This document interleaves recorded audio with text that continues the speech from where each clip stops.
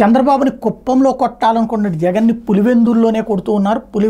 ఇక్కడ కుప్పంలోనేమో భారీ మెజార్టీతో విజయం సాధించడం ఒక ఎత్తు. అదే సందర్భంలో ఆ కుప్పంలో చంద్రబాబుని దెబ్బ కొట్టడానికి ప్రయత్నించినటువంటి పెద్దిరెడ్డి ఇలాకాలోనే చివరికి ఆ పొంగనూరు మున్సిపాలిటీనే దెబ్బతీసి ఏకంగా చైర్మన్నే లాక్కోగలిగింది తెలుగుదేశం పార్టీ. ఇప్పుడు మరొక అడుగు పులివెందులలో జరుగుతోంది.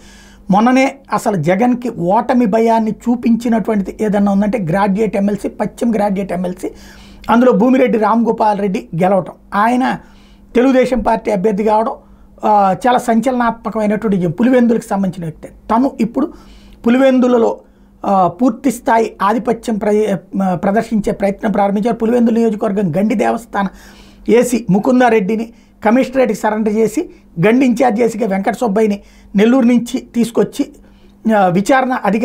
దాని మీద విచారణ చేస్తున్నారు. అధికార దుర్వినియోగం చేసినటువంటి ప్రతి ఒక్క అధికారికి సస్పెన్షన్ తప్పదంటూ వార్నింగ్ ఇచ్చారు. తద్వారా అక్కడ ఉన్నటువంటి అన్ని శాఖల అధికారులు తన మాట విని తీరాలన్నటువంటి ఆదేశాలు ఇస్తున్నారు.